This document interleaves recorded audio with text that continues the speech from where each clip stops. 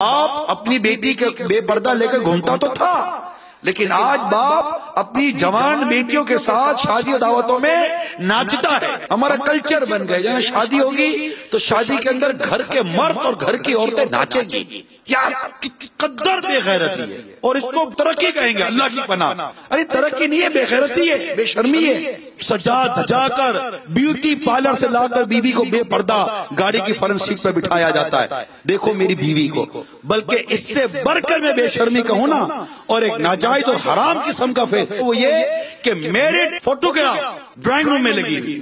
اب تصور کرے گی کہاں نکل گیا ہے، اور ہم نے اس کو کھینچ کر واپس لانا، اس کی اصل پر اس حیا شرم و غیرت کے پلیٹ فارم پر لانا ہے جو ہماری اساس ہے، ہماری بنیاد ہے، اور انشاءاللہ ہم لائیں گے۔ جو شریعت و دین کی بات ہے وہ ڈنڈے کی چوٹ پر بیان کی جائے گی۔ اعلان حق ہم سردار کریں گے، جرم اگر یہ جرم ہے 100 بار کریں گے۔ بے پردگی اور بے شرمی کو پروموٹ نہیں ہونے دینا چاہیے۔ میں ہاتھ جوڑ کر عرض کرتا ہوں، خدا کا واسطہ یہ بے پردگی کا، بے شرمی کا اور اس طرح کی بے شرمی اور غیر شرعی آزادی کا ماحول اپنے کلچر میں مت آنے دیجیے۔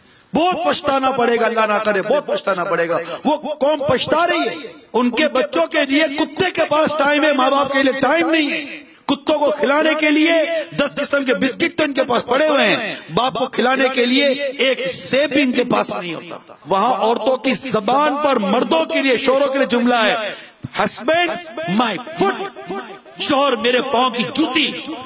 یہ وہ کلچر ہے جو بدقسمتی کے ساتھ وہاں کے دیکھا دیکھی ہمارے یہاں کچھ تو بہت سارا آ گیا اور کچھ تھوڑا تھوڑا آ رہا ہے۔ مگر اے دعوت اسلامی کے اس اجتماع میں شامل عاشقان رسول، آپ اپنے گھروں میں یہ ماحول مت آنے دینا۔